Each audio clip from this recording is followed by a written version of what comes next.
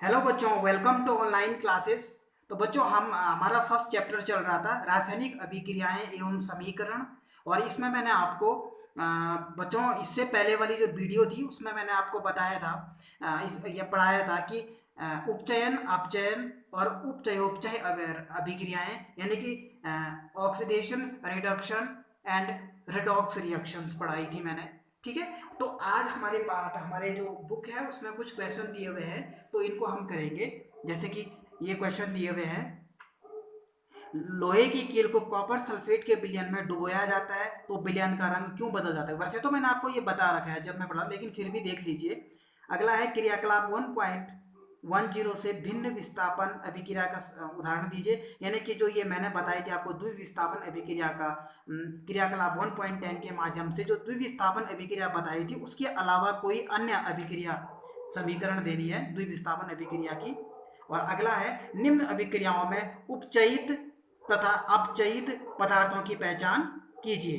पहला है 4Na plus O two is equal to Na2O, और अगली समीकरण है CuO plus H2 is equal to Cu plus H2O। तो चलिए इन क्वेश्चंस को सॉल्व करते हैं।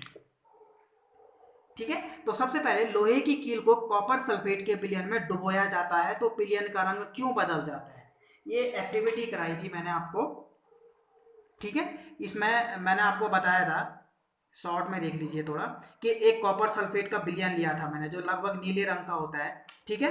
और इसमें मैंने एक कील को डुबोया था, और लगभग आधे घंटे बाद हमने देखा था कि इसका रंग, जो कॉपर सल्फेट का जो विलयन का रंग है वो फीका पड़ जाता है, और कील क्या हो जाती है, भूरे रंग की हो जाती है। इस तरह से पहले कॉपर सल्फेट का विलयन ऐसे था, और बाद में अभिक्रिया के बाद कॉपर सल्फेट का रंग फीका पड़ जाता है एकदम। और लेकिन जो लोहे की जो कील थी उसका रंग क्या हो जाता है, भूरा हो जाता है। ऐसा क्यों होता है? क्योंकि बच्चों, जो आयरन होता है, जो लोहा होता है, लोहा क्या होता है, कॉपर से अधिक क्रियाशील होता है। इसलिए ये लोहा जो आयरन होता है वो कॉपर सल्फेट के विलयन से कॉपर को विस्थापित कर देता है। ठीक है ना। और इससे क्या हो जाता है, इस विलयन का रंग क्या हो जाता है, ये रंग बदल जाता है, फीका पड़ जाता है। और स्वयं इसका आयरन का क्या हो जाता है, आयरन किस रंग की हो जाती है, भूरे रंग की हो जाती है। ऐसा क्योंकि आयरन अधिक क्रियाशील है वही कॉपर से, इसलिए ये कॉपर को विस्थापित कर देता है। ठीक है। तो क्या लिखा है हमने, इसका आंसर लिखा हुआ है, जब लोहे की कील को कॉपर सल्फेट के विलयन में डुबोया जाता है तो कील भूरे रंग की हो जाती है, कील का रंग भूरा हो जाता है। यह कॉपर सल्फेट के विलयन में से, ये किसके कारण होता है, कॉपर सल्फेट के विलयन में से कॉपर को प्रतिस्थापित करने की क्षमता रखता है। कौन? कील, आयरन। आयरन, इसलिए इसका रंग क्या हो जाता है, बदल जाता है, क्योंकि लोहे का स्थान स्थिरता श्रेणी में ऊपर है। यानी कि क्योंकि ऐसा क्यों क्यों प्रतिस्थापित करता है ये कॉपर को, क्योंकि लोहा क्या है, कॉपर से अधिक, इस लाइन का अर्थ है क्योंकि लोहा कॉपर से अधिक क्रियाशील है। इसकी समीकरण देख लीजिए, Fe यानी कि आयरन, ठीक है, आयरन प्लस CuSO4 यानी कि कॉपर सल्फेट का विलयन, कॉपर सल्फेट, और ये एक्वस सॉल्यूशन है कॉपर सल्फेट का। ठीक है। फिर जब इसके बीच रासायनिक अभिक्रिया हुई तो ये क्या हुआ, ये कॉपर कम क्रियाशील है और इसकी अपेक्षा आयरन अधिक क्रियाशील है, इसलिए ये कॉपर सल्फेट के विलयन से क्रिया करेगा और कॉपर को यहां से प्रतिस्थापित कर देगा, यानी कि FeSO4 के साथ जुड़ जाएगा, FeSO4।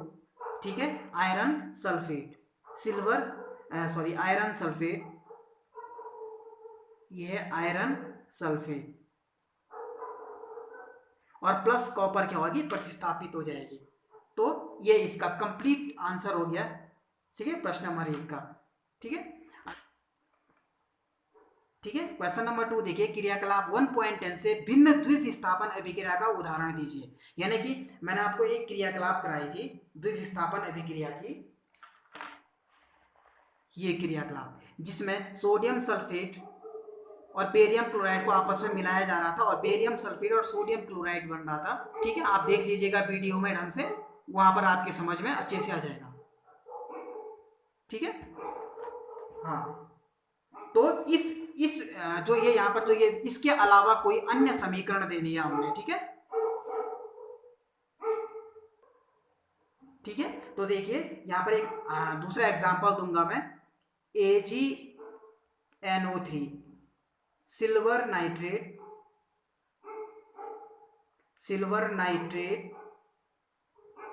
ठीक है, प्लस सोडियम क्लोराइड के साथ इसकी अभिक्रिया कराऊंगा, सोडियम क्लोराइड के साथ, तो ये क्या हो जाएगा, एक्वस सॉल्यूशन है सोडियम क्लोराइड का, और ये बनाएगा aluminium chloride, silver chloride, AgCl silver chloride और plus sodium nitrate NO3 NaNO3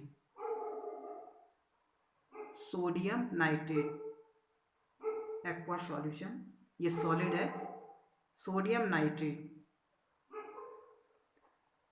ठीक है। तो और ये है सिल्वर क्लोराइड। तो तो यहाँ पर क्या हो रहा है बच्चों, यहाँ पर आयनों का आदान प्रदान हो रहा है ना द्विविस्थापन अभिक्रिया में, ये यहाँ का यहाँ जा रहा है, यहाँ का यहाँ जा रहा है, विस्थापन हो रहा है, अपने स्थान को बदल रहा है। ये तो हम लिख सकते हैं, आप लिख देना नीचे से, मैं सुन लो और वीडियो को पॉज करके लिखते रहो, ठीक है। यानी कि हम कह सकते हैं कि Ag प्लस आयन और Cl माइनस आयन की अभिक्रिया से AgCl तथा NO3 माइनस आयन और Na प्लस आयन की अभिक्रिया से हमें NaNO3 दो उत्पाद प्राप्त होते हैं, ठीक है। तो आयनों का आदान प्रदान हो रहा है, और विस्थापन अभिक्रिया मैंने पढ़ा रखी है, डिटेल से वीडियो देखिए दोबारा और ढंग से तथ्यों को समझिए, ठीक है।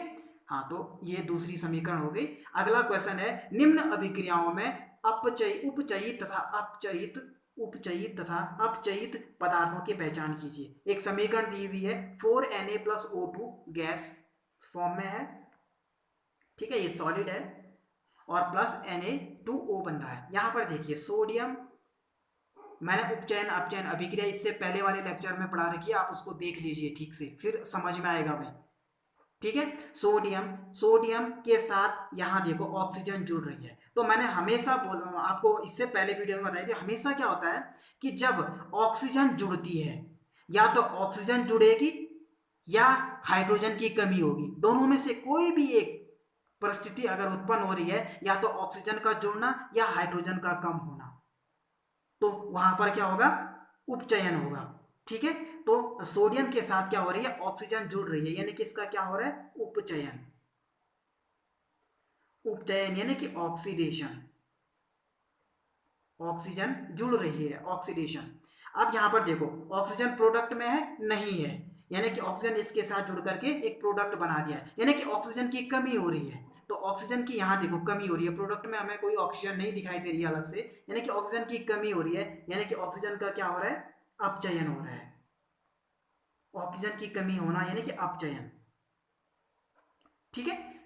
ऐसी अगली समीकरण देखो, CuO plus H2 is equal to Cu plus H2, ठीक है, ये लिक्विड फॉर्म में होगा, सॉलिड गैस। और तो यहां पर देखो CuO और Cu, ऑक्सीजन है और प्रोडक्ट में ऑक्सीजन निकल रही है, ऑक्सीजन की कमी हो रही है, ऑक्सीजन की कमी होना या हाइड्रोजन की वृद्धि होना, दोनों में से कोई भी एक कंडीशन अगर अप्लाई हो रही है, तो हम कहेंगे यहां पर क्या हो रहा है, अपचयन हो रहा है। ऑक्सीजन की कमी होना या हाइड्रोजन की वृद्धि होना, तो यहां पर क्या हो रहा है, ऑक्सीजन की कमी हो रही है, देखो ऑक्सीजन है यहां नहीं है, यानी कि ये क्या है, अपचयन,